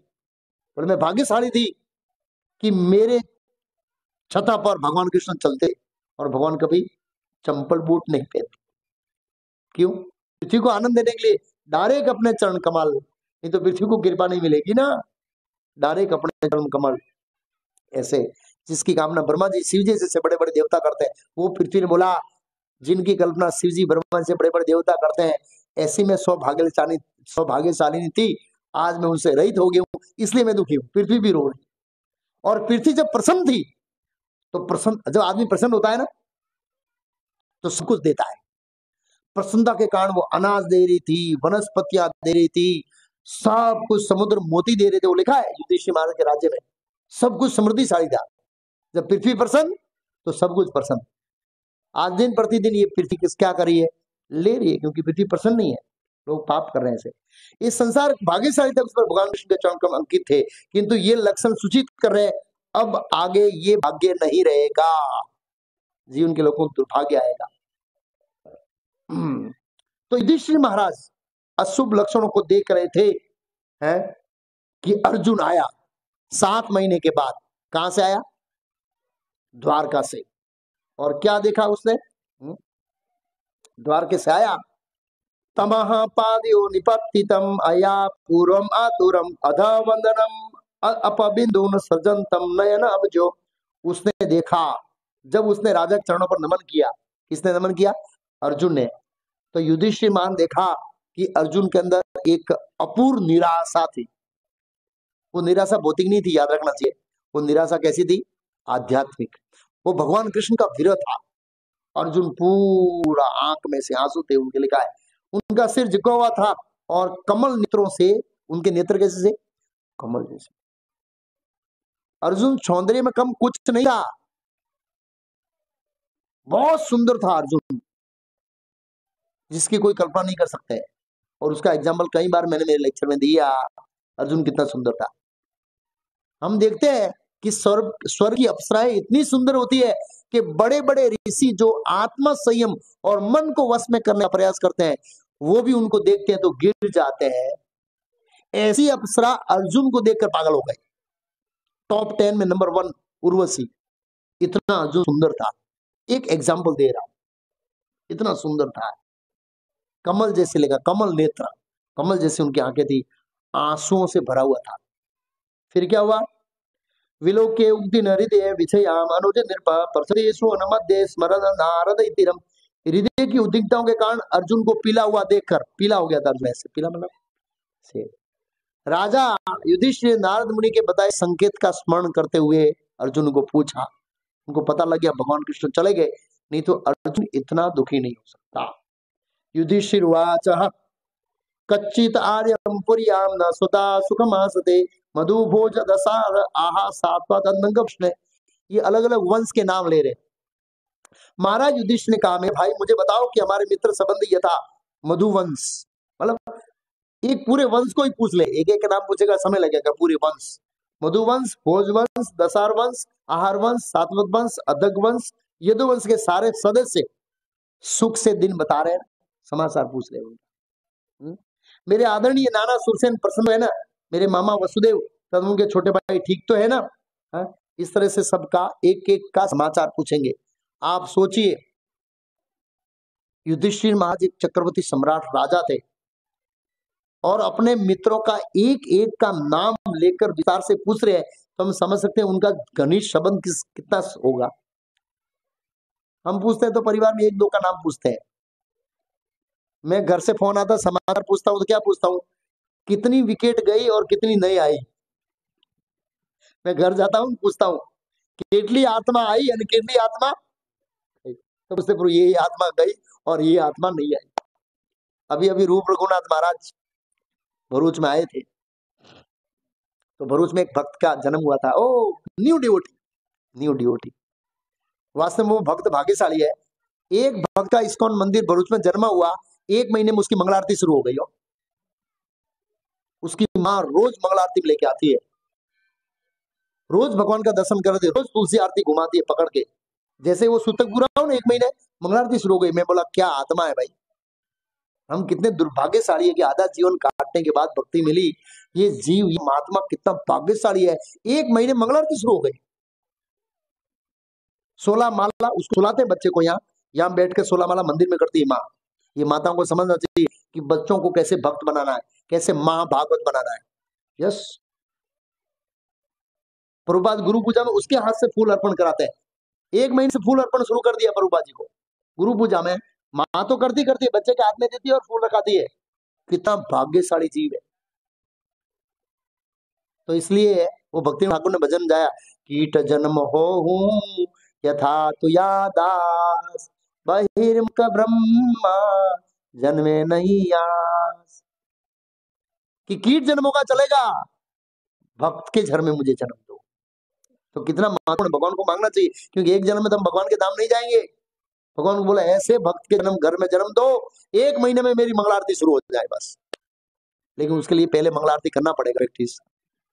इस जन्म में हो, इस जन्म में नहीं करेगा डायरेक्ट वो भारी पड़ेगा बड़ा। और 16 माला उसकी माँ करती है और क्लास में लेके बैठती है। यस, अभी भी उसका रोज शेड्यूल फुल 9 बजे प्रोग्राम, मॉर्निंग प्रोग्राम पूरा करने के बाद बच्चे को ले जाती है, मंदिर में रखती है। जैसे यहाँ मंदिर, ऐसे भगवान के सामने बैठता है। देखो भाग्यशाली जीव, इस दुनिया से ऐसे कोई भाग्यशाली जीव है ही नहीं। 1 महीने मंगल आरती, सोचिए। तो युधिष्ठिर महाराज इन सदियों को याद कर रहे थे कि क्योंकि वो उनका घनिष्ठ संबंध है, क्योंकि सब भगवान के भक्त हैं। बहुत सारे लोगों का नाम दिया ऐसे। उग्रसेन जी के बारे में पूछा, कृतवर्मा, जय अक्रूर जी के जयंत, गद, सारण, शत्रुजीत, प्रद्युम्न, ये सब प्रसन्न तो है ना ऐसे। सुसेन, चारुदेशन, जाम्बली पुत्र सांब, ऋषभ, सब पुत्रों के, कृष्ण के जो प्रधान रानियों के पुत्र, सबका पूछा। तो हमको ये नाम भी हमको भी याद नहीं रहते। और तो हम तो ये सामान्य भक्त युधिष्ठिर महाराज को कितना सारा कार्य करना था, कितने सारे नाम, 16,108 रानी। नहीं संदेह सबका तो नाम नहीं पूछा, लेकिन प्रधान संदेह पूछा। फिर क्या पूछा, इसके थे सूर्यदेव, उद्धव जी, नंद, सुनंद, मुक्तात्माओं के नायक, भगवान नित्य के संगी बलराम जी कैसे हैं, बलराम जी के बारे में पूछा है, जो हमारी नित्य मैत्री में उपस्थित रहते हैं। और अंत में किसके बारे पूछे, भगवान अपि गोविंदो ब्राह्मण यो भक्त वत्सल कशितपुरेषु धर्मायाम सुखस आसे जुद्वित। बोले ये सब कैसे लोग हैं। इसका आगे आएगा। पूर्ण पुस्तक भगवान श्री कृष्ण गोविंद का है, क्यों, ब्राह्मणों, गायों और भक्तों को क्या देने वाले, आनंद देने। भगवान का काम ही है आनंद देना। भगवान का नाम गोविंद का मतलब भक्तों को आनंद देने वाले। लेकिन समस्या यह है कि हम भगवान को ही मार के आनंद लेना चाहते हैं। तू साइड में हो जा, मैं अपना आनंद लूंगा। भगवान बोला ये नहीं चलेगा, तुम मेरे साथ ही आनंद ले सकते हो। आप शास्त्रों को पढ़ेंगे, भागवतम पढ़ेंगे, तो भगवान हमें भक्तों को आनंद देना चाहते हैं। अब अर्जुन आगे बताएगा, उसको बताऊंगा। एक उदाहरण, हम नरसिंह आरती गाते हैं, पहली लाइन क्या है? नहीं, उससे पहले नमस्ते नरसिंह आए, मैं नमस्ते भगवान नरसिंह देव को नमस्कार करता हूँ। वो नरसिंह देव कैसे? प्रहलाद आह्लाद दाई ने, जो प्रहलाद को आनंद देने वाले, ऐसे नरसिंह देव भगवान को नमस्कार करता हूँ। भगवान के सभी अवतार, हमारा अवतार लिया तो उसमें लिखा है कि भगवान ब्रह्मा इत्यादि जो ऋषि मुनि, उनको आनंद देने के लिए ऐसा किया। मतलब एक एक पॉइंट किया था, उनको आनंदित करने के लिए भगवान ने गर्जना किया, छलांग लाया, ऐसे ऐसे पानी किया, तो पानी ब्रह्मा जी के सिर पर पहुंच गया। ब्रह्मा जी जब समुद्र, अरे अवतार समुद्र से बाहर निकले, ऐसा ऐसा किया, उनके बालों से पानी ब्रह्मलोक तक पहुंच गया। कितना भगवान की शक्ति होगी। और ब्रह्मा ने ऐसे रोमांचित हो गए, तो लगा ब्रह्मा जी को आनंद देने के लिए भगवान ने ऐसा किया। तो भगवान के सभी अवतार, इसलिए भगवान का जीवन ही भक्तों को आनंद देने के लिए है। लेकिन हम इतने मूर्ख हैं कि भगवान को साइड करके आनंद लेना चाहते हैं। भगवान बोले वो संभव नहीं है। एक बेटा है, बाप के आश्रय में ही आनंदित हो सकता है। अब वो बाप को भगा कर आनंद लेना चाहेगा और बाप की प्रॉपर्टी करना चाहेगा, तो बाप ही होशियार है, उसको देगा नहीं। तो मेरे आश्रय में आ जाओ, फिर प्रॉपर्टी थी, बस, दैट्स ऑल। इस तरह से तो ये जो भगवान गोविंद है, भक्त वत्सल शब्द का प्रयोग किया है, अपने भक्तों के प्रति वत्सल। कच्चित पुरे सुधरयाम सुखम आस्ते, सुधरयाम सुखम आस्ते मतलब सुधर्मा का भोग कर रहे हैं ना, सुखी है ऐसा नहीं पूछा। क्यों? भगवान को और भगवान के भक्तों को सुखी है ऐसा पूछ नहीं सकते। प्रभुपाद जी बोले यहाँ पर युधिष्ठिर महाराज एक फॉर्मेलिटी के लिए पूछ रहे हैं। क्यों? भगवान के शुद्ध भक्त कभी दुखी नहीं होते।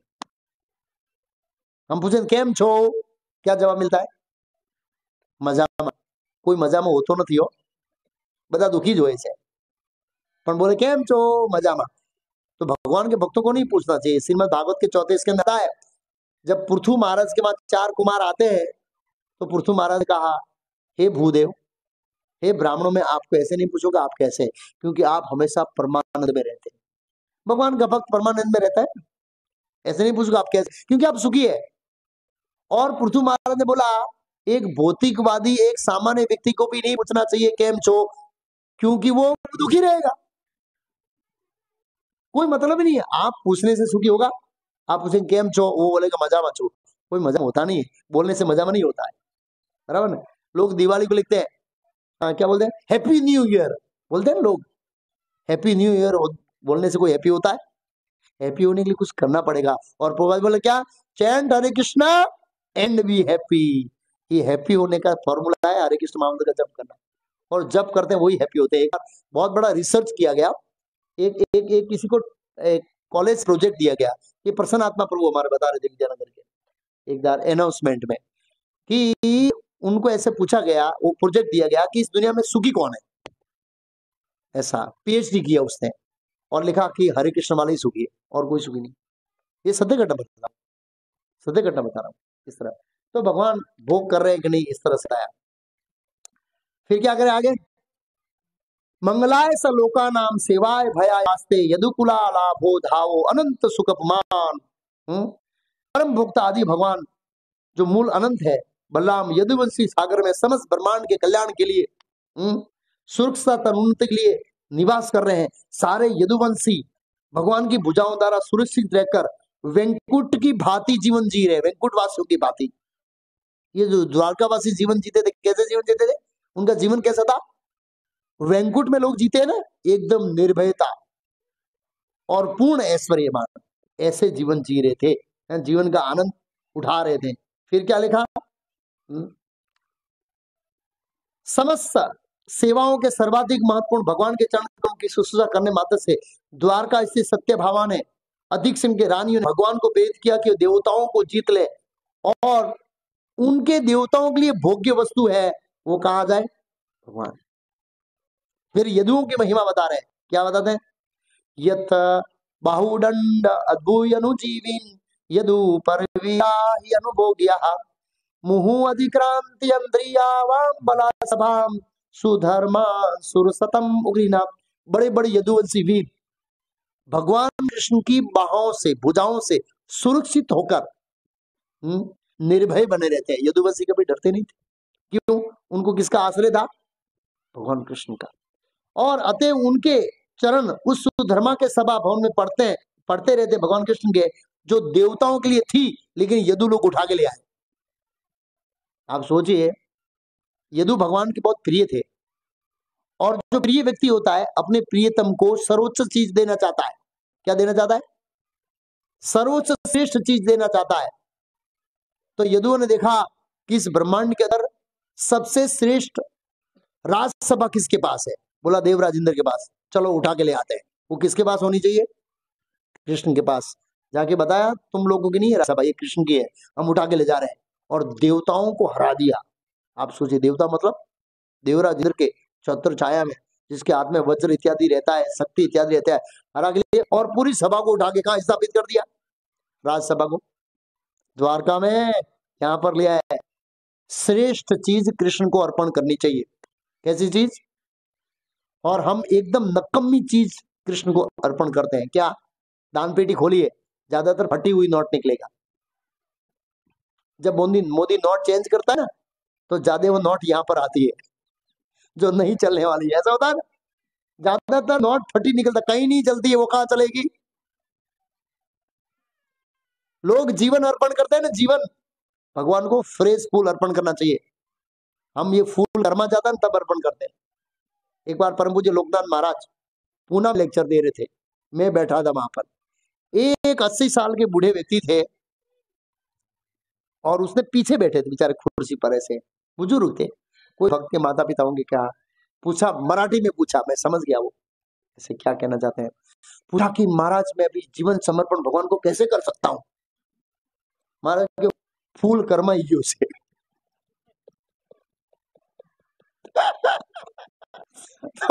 जब यंग है, कौमार आचरित प्राज्ञो धर्मान भागवतम, ये कुमार अवस्था में समर्पण करना चाहिए है। महाराज अब तो बहुत लेट हो गया, आउट ऑफ डेट, ऐसे इंग्लिश में बोला है। जब यंग है, जब शक्ति है, जब बुद्धि चलती है, तब भगवान को समर्पित करना चाहिए सेवा करने के लिए। भाई भगवान दयालु है, गुजराती के उठा जाती बात, कोई बात नहीं। जब पता लगा तब से, लेकिन अगर पहले पता लगता है तो करना चाहिए। तो यहाँ पर यदुवंशियों का वर्णन कर रहे हैं। हे मेरे भाई अर्जुन, मुझे बताओ कि तुम्हारा स्वास्थ्य तो ठीक है ना? सबसे पहले अर्जुन के स्वास्थ्य के बारे में नहीं पूछा। अर्जुन देखने में बहुत बीमार लग रहा था, मतलब दुखी लग रहा था। पहले उसके बारे में नहीं पूछा। पहले किसके बारे में पूछा? भगवान। और भगवान से पहले किसके बारे में पूछा? भक्तों के बारे में। किसके बारे में? हाँ, क्योंकि भक्त लोग ही हमको यहाँ पर उत्साह दे सकते हैं ऐसे। फिर भगवान के बारे में पूछा। अब अर्जुन के बारे में पूछ रहा है, ये दुख का कारण कोई और घटना तो नहीं हो सकती है ना? तो क्या कहते हैं, हे मेरे भाई, कच्चित अनामयम तात भ्रष्ट तेजा विभास में अलब्ध मानो अवज्ञात किम तात चिरोचितम। तात, तात का है शब्द, तात शब्द का प्रयोग किया है। तात मीन्स लाड से बोलते हैं, लाड से बोलते, हे तात, ऐसे। तात मीन्स भाई। हे मेरे भाई अर्जुन, मुझे बताओ तुम्हारा स्वास्थ्य ठीक है ना? ऐसा लगता है कि तुम्हारे शरीर की कांति खो गई है। तो हमारा जो तेज है ना, वो तेज वो आध्यात्मिक तेज है। तेज चला जाता तो कांति खो जाती है। क्या द्वारका में दीर्घ काल रहने तक अन्यों द्वारा असम्मान या उपेक्षा दिलाने से ऐसा हुआ? कई बार हमारा जो अपमान होता है तो हम लोग ऐसे निरुत्साहित हो जाते हैं। तो तू ज्यादा रुका, वो कहते हैं ना, वो फेमिलियर हो गए, ज्यादा रुका। क्या तेरा किसी ने अपमान कर दिया द्वारका में? ऐसा कहने का उनका मतलब था कि द्वारका में किसी ने अपमान कर दिया। क्योंकि क्या, किसी के घर ज्यादा रहते हैं ना, तो क्या करते हैं? अपमान करते हैं निकालने के लिए। क्या करते हैं? हाँ, डायरेक्टली इनडायरेक्टली बोले। वो कथा याद आ गई एक बार कि भौतिक जगत कैसा है, हम सीधे तरीके से निकलते नहीं है। इस भौतिक जगत में जब तक हमारा अपमान नहीं होगा हम निकलेंगे नहीं। उसके बारे में कथा है।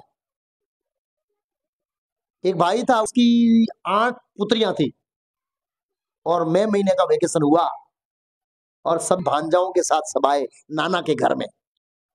और नाना ने देखा सब भांजाए, तो पहले दिन फेस्ट बनाई नाना ने, मामा ने, बड़ा अच्छा लगा। एक दिन खाया, 2 दिन खाया, 3 दिन खाया। अरे भांजे तो बोले यार मजा है यहाँ पर, खूब पकड़े, हलवा पूरी खा रहे हैं और शांति रहने का घर है, वापस नहीं जाएंगे। तो नाना ने और मामा ने देखा कि यार ये तो आलसी बन रहे, जा ही नहीं रहे। अब डायरेक्ट तो बोल सकते नहीं भांजे, बोला आज दोपहर के प्रसाद में स्वीट बंद कर दो। क्या बंद कर दो? तो बुद्धिमान था, समझ गया कि इनडायरेक्टली अपमान है। कैसा है? अप्रत्यक्ष रूप से ये हमें अभी पसंद करते तो सबसे ज्यादा बुद्धिमान निकल गए। फिर दूसरे दिन क्या, कुछ लोग तो बोले ठीक है, बिना बिना स्वीट के भी क्या प्रॉब्लम है, राइस दाल सब्जी चपाटी और पकोड़ा तो मिल रहा है ना भाई, फरसान तो चलेगा। वहां पर इतनी मजदूरी करनी पड़ेगी रिलायंस के अंदर, या सब कुछ फ्री मिल रहा है ना, खाना पीना। तो दूसरे दिन बोला पकोड़ा बंद, चटनी बंद। तो उससे कम बुद्धिमान थे, वो समझ गए यार अभी तो अपमान जैसा लग रहा है, निकल जाओ। फिर कुछ लोग अभी नहीं गए, तो बोला राइस दाल सब्जी चपाटी तो मिलती है, वैसे घर में कहाँ रोज स्वीट खाते हैं पड़े रहेंगे, ये भी चलेगा। तीसरे दिन सब कुछ बंद कर दिया, बोला कल से इस्कॉन खिचड़ी खाली खिचड़ी और कुछ नहीं। ऐसे बोला खिचड़ी भी क्या प्रॉब्लम है यार, खिचड़ी पे कहाँ मिलती है, मेहनत किए बिना खिचड़ी मिलती बहुत अच्छा है ना। जो बुद्धिमान से निकल, खाली एक बचा, कितना बचा? मेरे जैसा आलसी, बोला खिचड़ी खा के या पड़े रहेंगे और दिन काटेंगे। तो अब उसके मामे के लड़के, जो मामे का लड़का था, मतलब वो मामा ने बताया अपने लड़के को कि इसको महाप्रसाद दे दो। अब समझे महाप्रसाद, फाट फाट 3-4 मारा और भगा दिया उसको। तो जब तक ये भौतिक जगत में हमको महाप्रसाद नहीं मिलता है, हम बाहर नहीं निकलेंगे। इसलिए भगवान ने इसको क्या बनाया, दुखालयम अशाश्वतम, ये मार खाने के लिए बनाया है। यस, एनीवे, तो यहाँ पूछ रहे तेरा अपमान तो नहीं हुआ ना? निसंदेह द्वारका में अर्जुन का कोई अपमान नहीं कर सकता है। क्यों? सब द्वारका में प्रिय थे। फिर क्या पूछा, कहीं तुम्हें अपमानजनक शब्द तो नहीं कहने? क्षत्रिय के लिए अपमानजनक शब्द बहुत खतरनाक है। ध्रुव महाराज की कथा से समझ सकते हैं कि सौतेली माता के कटु वचनों से ध्रुव महाराज इतने आहत हो गए जिसकी कल्पना नहीं कर सकते। तुम्हें धमकाया तो नहीं ना, या तुम याचक को दान नहीं दे सके ना? प्रभुपाद जी बोलते हैं क्षत्रिय को अगर दान मांगता है और दान नहीं देता है तो ये बहुत उसका अपमान है। यस, क्षत्रिय के पास कोई दान मांगने के लिए आता है और दान नहीं देने में असमर्थ होता है ना, तो उसके लिए बहुत लज्जा का सवाल है। उसको ऐसे मर जाना चाहिए, जैसे अर्जुन बोला इसकी मैं ये बच्चे की रक्षा नहीं करूंगा तो मैं अग्नि शब्द ले लूंगा, क्योंकि उसका लज्जा का सवाल है। ये तो उससे मर जाना अच्छा है। बोले कहने के भाव, ये क्षत्रिय का गुण है, दानम ईश्वर भाव, दान देना क्षत्रिय का गुण है, स्वभाव है। आजकल ये क्षत्रिय दान देते नहीं है, जो क्या ले लेते हैं। फिर क्या बोला, या किसी ने पे, या तुम वचन निभा नहीं पाया ना? यस, अगर क्षत्रिय वचन नहीं निभा रहा है तो वो भी लज्जाजनक है, उसको जीने का कोई वो आधार क्या नहीं है। इसलिए अर्जुन ने वो वचन दिए थे कि या तो मैं जयद्रथ को मारूंगा या फिर मैं अग्नि समाधि लूंगा, और वो वचन निभाना वो क्षत्रिय का कर्तव्य है।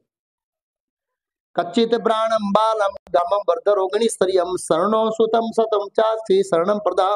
तुम सदा से सुपात्र जीवों के यथा ब्राह्मण, बालक, गाय, स्त्री और रोगियों के रक्षक रहे हो। अर्जुन इन लोगों की रक्षा करता था। सुपात्र जीव, रक्षा पाने के लिए पात्रता होनी चाहिए। रक्षा पाने के पात्र कौन है? सबसे पहले ब्राह्मण। ब्राह्मण की रक्षा होनी ही चाहिए किसी भी हालत पर, और किसकी? बालक की, और किसकी? गाय की। और हम आगे सुनेंगे, अगर भगवान की योजना होगी तो अगले गुरु पूर्णिमा से पहले, कि परीक्षित महाराज जब अपने राज्य में गए निरीक्षण करने के लिए, तो एक राजा का वेश पहनकर शूद्र गाय का पैर काट रहा था। और परीक्षित महाराज कैसे उठा, मेरे राज्य के अंदर गाय के पैर पर प्रहार हो रहा है। और ऋषियों मुनियों ने सुना, नेमिषारण्य के, कि एक व्यक्ति था गाय को मार रहा था। गाय को मार रहा था, खाली ऐसे मार रहा था। उन्होंने आश्चर्य, ऐसा कलयुग आएगा लोग गाय को मारेंगे? अरे गाय को मारेंगे नहीं, फैक्ट्रियां खोलिए गाय को मारने के लिए। हम कैसे सुखी रह सकते हैं इस दुनिया में? तो गाय, स्त्रियों की रक्षा होनी चाहिए किसी भी हालत में। और रोगियों की रक्षक रहे हो।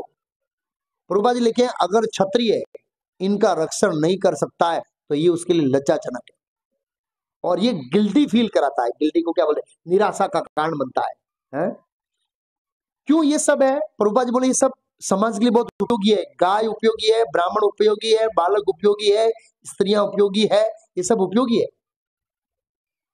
और क्षत्रिय का एक स्वभाव क्या है बताए, जो उसके शरण में आया है उसकी रक्षा करना, और क्षत्रिय को उसके लिए गर्व होता है। इसके लिए मैं कल कथा बताई थी किसकी, सीबी महाराज की। वो प्राणों की बाजी लगाकर भी रक्षा करता है, उसको आनंद आता है यस रक्षा करने के लिए। ये क्षत्रिय का स्वभाव है, भगवान का स्वभाव क्षत्रिय आया है। तो क्या तुमने किसी रक्षा नहीं किया, ऐसा हो गया? क्या तुमने दूसरा स्त्री के साथ संग किया है अथवा सुपात्र स्त्री के साथ तुमने भद्र व्यवहार नहीं किया? तुम मार्ग में किसी ऐसे व्यक्ति के द्वारा पराजित होगे जो तुम्हारे से नीचे है या तुम्हारे समान है? जो क्षत्रिय की, ये भी लज्जा का प्रश्न है क्या, कि मार्ग में किसी से हार जाना, और वो भी किस व्यक्ति से, उसके निम्न व्यक्ति से, अथवा तो सम्मान व्यक्ति से हार जाना भी अपमानजनक है। क्या तेरे साथ ऐसा तो नहीं हुआ? हाँ? एक एक पूछे। क्या तुमने वृद्धों बालकों की परवाह नहीं की जो तुम्हारे साथ भोजन करने योग्य थे? तो ये भी बहुत महत्वपूर्ण है।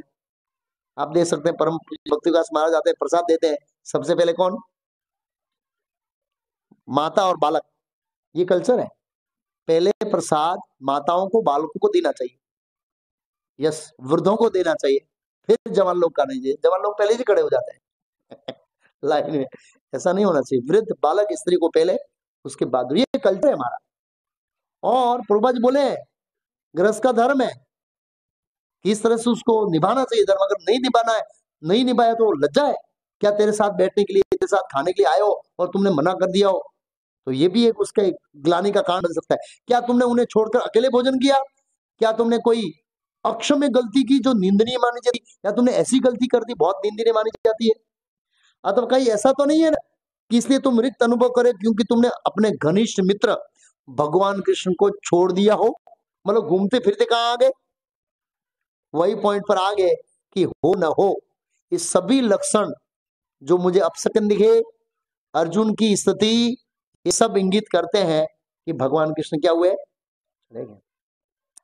क्योंकि तुमने अपनी घनिष्ठ मित्र भगवान कृष्ण को खो दिया हो। हे भला, हे मेरे भ्राता अर्जुन, तुम्हारे हताश होने का मुझे अन्य कोई कारण नहीं दिखता, यही कारण दिखता है। तो यहाँ पर ये अध्याय पूरा होता है। थोड़ा अगले अध्याय से लेंगे अर्जुन क्या जवाब देता है। तो सुत गोस्वामी कहते हैं कि भगवान कृष्ण का विख्यात मित्र था अर्जुन, और युधिष्ठिर महाराज से संसिक्त संशयग्रस्त जिज्ञासाओं कृष्ण के वियोग की प्रबल अनुभूति के कारण थी। शौकेन, अर्जुन शौक से ग्रस्त था, भगवान कृष्ण के विरह का शौक था। कमल जैसा हृदय उनका सूख गया था, सारी कांति चली गई थी, और उन्होंने अपने आंसू पोंछे, अपने आप को ढांढस बढ़ाया, मानसिक स्थिति अच्छी की, और अब आगे वो भगवान जो युधिष्ठिर महाराज के प्रश्नों का जवाब देंगे। उससे पहले एक बहुत अच्छा श्लोक है, सख्य मैत्रीम सौदम सार्थिमादि स्मरण नृप अगरम जियाद बाष्प गदगदया गिरा। भगवान कृष्ण को तथा उनकी शुभकामनाओं को, उनके आशीषों को, घनिष्ठ मित्र, पारिवारिक संबंध, उनके रथ हाँकने का स्मरण करके अर्जुन का गला रुध गया, उनको स्मरण हो गया भगवान कृष्ण ने जो अर्जुन के ऊपर उपकार किया है ना, उसकी व्यक्ति कोई कल्पना नहीं कर सकता, इतने उपकार किए रियल। क्या क्या उपकार किया, प्रभुपाद जी बहुत अच्छा लिखते हैं। प्रभुपाद जी कहते हैं परम पुरुष अपने शुद्ध भक्त के साथ अपने संबंधों में पूर्ण होते हैं। भगवान के सभी संबंध पूर्ण है, भगवान के साथ हमारे संबंध में अपूर्णता नहीं आती। भगवान जब मित्र बने पूर्ण मित्र, और पति बनते तो पूर्ण पति, पिता बनते तो पूर्ण पिता, पुत्र बनते तो पूर्ण पिता, अरे पूर्ण पुत्र, पूर्णता रहता है। अर्जुन भगवान के विशेष भक्तों में से एक है, सख्य भाव का आदान प्रदान कर रहे थे। अर्जुन के साथ भगवान का व्यवहार सर्वोच्च कोटि मित्रता को प्रदर्शित करता है, सर्वोच्च कोटि की मित्रता। वे अर्जुन के न केवल शुभ चिंतक थे, ऐसा नहीं था खाली शुभ चिंतक थे, अपितु उसको लाभ प्रदान करने वाले भी थे, और इसके अतिरिक्त अपने संबंधों को प्रगाढ़ करने के लिए है शारीरिक संबंध, साबित मतलब अपनी बहन का विवाह करा दिया, इस संबंध को प्रगाढ़ करने के लिए। आप सोचिए, भगवान की योजना थी, भगवान ने ही सुभद्रा को ये सबको गाइड किया कि तुम अर्जुन को लेके क्या करो, भाग जाओ। सोचिए, यहाँ पर प्रभुपाद जी लिखते हैं, यहाँ पर इससे अधिक परिपूर्ण बनने के लिए उन्होंने सुभद्रा का विवाह करके उनसे पारिवारिक संबंध में ही बांध लिया। इससे भी ऊपर भगवान अपने मित्र की युद्ध संकट में रक्षा करने के लिए अर्जुन का सारथी बनना स्वीकार किया। उनको पता था कि युद्ध में संकट आना, मैं तेरी रक्षा करूंगा व्यक्तिगत रूप से। और महाभारत पढ़ोगे तो पाओगे भगवान एकदम जागृत रहते थे, जैसे हमारे भुजानी साहब जागृत है मोदी जी को जिताने के लिए, ऐसे अर्जुन जागृत रहते थे। सॉरी, कृष्ण, अर्जुन को कैसे जिताऊंगा, क्या करूंगा, कैसे पॉलिटिक्स करूं, कल किसको गिराएंगे, कौन बाधा रूप है, क्या हो सकता है, कौन खतरा है। नहीं, रियली सोचते थे। वो तो भगवान है सर्वशक्तिमान, लेकिन वो आर्टिफिशियल नहीं, रियल में भगवान सोचते थे। रियल में अर्जुन को जिताना है, रात दिन कर दिया। आज मैं भोजानी साहब को पूछा, बहुत जल्दी आ गए वो रात दिन उसी कार्य में लगे। जस्ट एक पॉइंट है ऐसे का बोला। तो ये भाव था, अपने मित्र को जिताना है। भगवान कितना कितना संबंध होगा भगवान का है, कैसे भगवान होंगे। अर्जुन ने कहा, अर्जुन वाच वंचित महाराज हरिणा बंधु रूपिणा येन ते अपतम तेज येन विस्पापनम देवम। अर्जुन ने कहा, हे राजन, मुझे अपना घनिष्ठ मित्र मानने वाला भगवान श्री कृष्ण हरि ने मुझे अकेला छोड़ दिया है। इस तरह मेरा प्रबल पराक्रम जो देवताओं तक को चकित करने वाला था, अब मुझ में नहीं रह गया। अर्जुन के अंदर जो पावर था, जो शक्तियां थी, वो वास्तव में देवताओं को चकित करने वाली थी। यस, देवता भी कई बार विस्मय हो जाते थे, यार हम देवता है, हमारे पास सूक्ष्म पावर है, सब हम बारिश गिरा दिए, लेकिन अर्जुन की अचिंत्य शक्ति थी, क्योंकि भगवान ने वो शक्ति दी थी। फिर क्या कहते हैं आगे, बहुत सुंदर कहते हैं, यस्य क्षण वियोगे न लोको ही अप्रिय दर्शन उगते न रही तो ये तक को देते था। मैंने अभी अभी उन्हें खोया है, भगवान कृष्ण को, जिनके क्षण मात्र वियोग से सारे ब्रह्मांड प्रतिकूल तथा शून्य हो जाएंगे। मुझे पूरा ब्रह्मांड शून्य लग रहा है, मतलब उसमें कोई रुचि नहीं है। इतना आकर्षक संबंध था भगवान कृष्ण का अर्जुन से। ऐसे है, जिस तरह प्राण के बिना शरीर है, ऐसा ब्रह्मांड मुझे प्राण के बिना क्या लग रहा है, भगवान कृष्ण के वियोग के कारण। प्रभुपाद जी बहुत सुंदर लिखते हैं, भगवान कृष्ण से बढ़कर जीव के लिए कोई व्यक्ति प्रिय नहीं हो सकता। प्रभुपाद जी बोले, माया के कारण कृष्ण को भूल गए, अन्यथा हम कृष्ण के बिना एक सेकंड में नहीं रह सकते हैं, जैसे मछली पानी के बिना नहीं रह सकती है, हम कृष्ण में नहीं रह सकते हैं। लेकिन हमारा संबंध भूल गया है माया के कारण।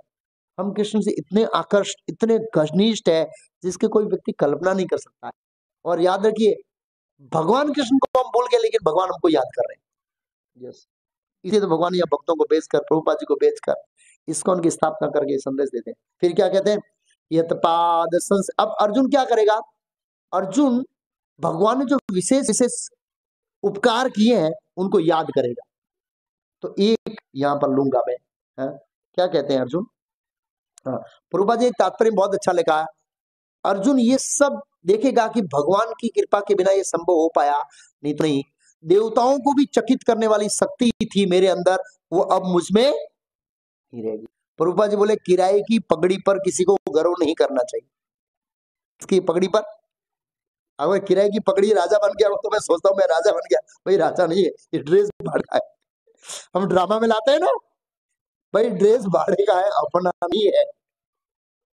तो प्रभुपाद जी बोले, भक्तों को भी याद रखना। यहाँ पर अर्जुन में शिक्षा दिया है कि हमारे पास जो भी शक्ति है, जो भी बुद्धि है, वो सब किसकी दी हुई है, भगवान कृष्ण। भगवान कभी भी हमारी बुद्धि को ब्लॉक कर सकते हैं, और चैतन्य महाप्रभु की लीला में किया, केशव काश्मीरी पंडित का बुद्धि ब्लॉक कर दिया। वो कथा सुनने को मिलेगी, लेकिन संक्षिप्त में बता देता हूं कैसे भगवान बुद्धि ब्लॉक कर देते हैं। केशव काश्मीरी बहुत दिग्विजय पंडित था, और दौड़ता दौड़ता ऐसे लोगों को हराता हराता नवद्वीप पे आया, क्योंकि उस समय नवद्वीप विद्वानों का अड्डा था। जैसे अभी काशी है ना, वह काशी में विद्वान बैठे, उस समय नवद्वीप पे बैठते थे। तो सब आ गए, तो बड़े बड़े विद्वान कांप गए और नवद्वीप खाली कर दिया। अथवा तो कुछ लोगों ने सुझाव दिया कि निमाई पंडित है ना, ये उनको भिड़ा देते, ये बड़ा विद्वान है, हार जाएगा तो बोलेंगे बच्चा है, और जीत जाएगा तो केशव काश्मीरी पंडित सीधा वापस काश्मीर जाएगा। मतलब निमाई पंडित जीत गया तो किसी से शास्त्रार्थ करेगा, किसी को मुंह दिखाने लायक रहेगा नहीं, क्योंकि लोग लगे यार तू बच्चे से हार गया यार, तो किसी को शास्त्रार्थ नहीं करेगा। और निमाई पंडित हार गया तो बोलेगा बचा है। और चैतन्य महाप्रभु गंगा की नदी के तट पर पाठशाला में बच्चों को पढ़ा रहे थे, और ये भाई आए, कौन, केशव काश्मीरी। बोले शास्त्रार्थ करना है, मैंने तेरा नाम बहुत सुना है बच्चे। ऐसे इस तरह से चैतन्य महाप्रभु छोटे बच्चे थे, ऐसे यंग थे ऐसे एकदम, और वो बहुत बुजुर्ग था। तो थोड़ा बात हुआ, उसके बाद का चैतन्य महाप्रभु ने एक काम करिए आप, ये माता गंगा के ऊपर कुछ श्लोकों की रचना की थी। तो उन्होंने 100 श्लोक बना दिए, थाड़ थाड़ थाड़ थाड़। हमको कॉपी पेस्ट करने में भारी पड़ता है ना, बोर्ड पर लिखते हैं, वो उच्चारण उससे बना दिए। अब चैतन्य महाप्रभु को पूछा, वो रचना कर दिए गंगा की स्तुति में श्लोक। चैतन्य महाप्रभु को पूछा इसमें कोई दोष और गुण ढूंढिए। चैतन्य महाप्रभु को मुझे दोषी दोष दिखते हैं, दोषी दोष। और उन्हें 66वां श्लोक पकड़ा। कौन सा श्लोक? 66 नंबर का श्लोक पकड़ा, और उसमें भवानी भर्तु शब्द के ऊपर दोष निकाला। वो लंबा कथा है, बाद में बताऊं। भवानी भर्तु शब्द के ऊपर चर्चा किया, ये दोष है। तो पहले काश्मीरी पंडित ने ये पूछा कि भी मैं तो हवा की तरह बोल रहा था श्लोक, आपने पॉइंट पकड़ कैसे लिया, वो आपको याद कैसे रह गया? बोला भगवान ने आप जैसे लोगों को श्लोक की रचना करने का पावर दिया है, हम जैसे लोगों को कैप्चर करने का पावर दिया। इसको बोलते हैं श्रुतिधर, जो एक बार सुनने से पकड़ लेते हैं। अब जब चैतन्य महाप्रभु ने दो दोस्त बताया तो सब वो बच्चे वहीं पर बैठे थे, हंस रहे थे, किलकिलियां कर रहे थे। और बच्चे तो बेचारे बच्चे ही थे ना, बच्चे तो ऐसे कर। चैतन्य महाप्रभु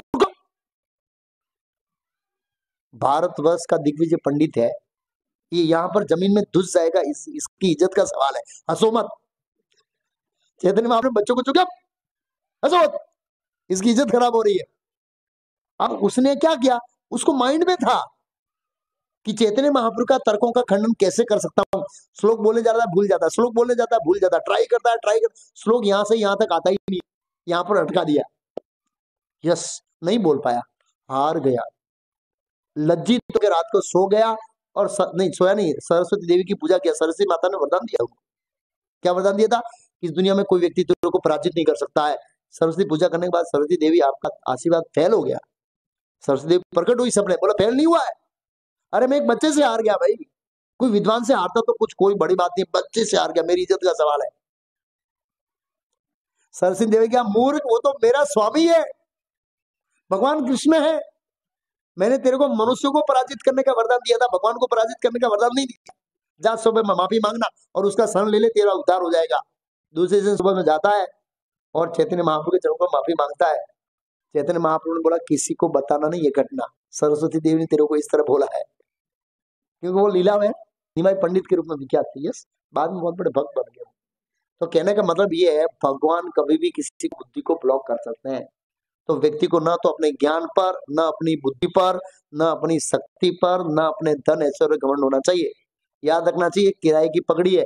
पापा जी लिखते हैं कि भगवान कभी भी किसी को शक्ति दे सकते हैं, और 1 सेकंड में शक्ति दे सकते हैं, जैसे अर्जुन के ले लिया, सब शक्तियां ले लिया। क्यों? प्रभा लेके ये शक्ति भगवत धाम जाने के लिए जरूरत नहीं थी अर्जुन को, ये शक्ति धर्म की स्थापना के लिए काम की थी। धर्म की स्थापना हो गई, लाओ वापस शक्ति, कोई काम की नहीं। तो आगे हम लोग यहाँ से समझेंगे अगली बार, अर्जुन भगवान के विशेष उपकारों को याद करेंगे। तो इसको क्या कहते हैं? कृतज्ञता। ये भगवान के प्रति हमारा कृतज्ञता का भाव होना चाहिए। आप बोलेंगे यार हम भगवान अर्जुन के ऊपर इतना उपकार किया, हमारे तो उपकार किया नहीं, तो मैं क्या जो जाके बोलूं? राधा गिरधारी को कुछ बोलना पड़ेगा ना उपकार, तो जाके बोलना प्रभु कल आपने बिना बिल भरे मेरे को हवा दिया है, बस इतना तो बोल सकते हैं ना। हम रेलवे स्टेशन जाते हैं और एक कोई ठेला उठाने में मदद करता था, हम उसको क्या बोलते हैं? थैंक यू बोलते हैं। और कृष्ण करोड़ों जालों से हवा दे रहा है, कभी थैंक यू जाके बोला है मंदिर में? नहीं। दुष्ट है हम लोग, दुष्ट है, ये कृतज्ञता है ही नहीं। भगवान ने हमको शरीर दिया है, परिवार दिया है, धन दिया है, आंखें दी है, इसकी कितनी कीमत है? प्रभु आपकी एक आंख दे दो, मुझे कितना रुपया चाहिए? कोई नहीं देगा। किडनी दे दो, करोड़ों रुपया ऑफर करो, नहीं देगा। कितना की मूल्यवान शरीर दिया है, ये तो बोल सकता है ना कम से कम।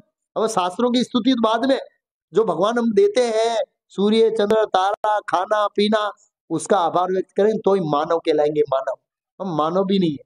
कृतज्ञता, अर्जुन कृतज्ञता व्यक्त करेगा। इस सब कृष्ण का एक एक प्रसंग याद करेगा। तो वो प्रसंग शुरू होगा श्लोक संख्या 7 से, अगले गुरु पूर्णिमा के 4 दिन पहले।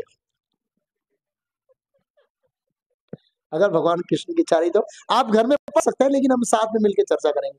हरे कृष्णा।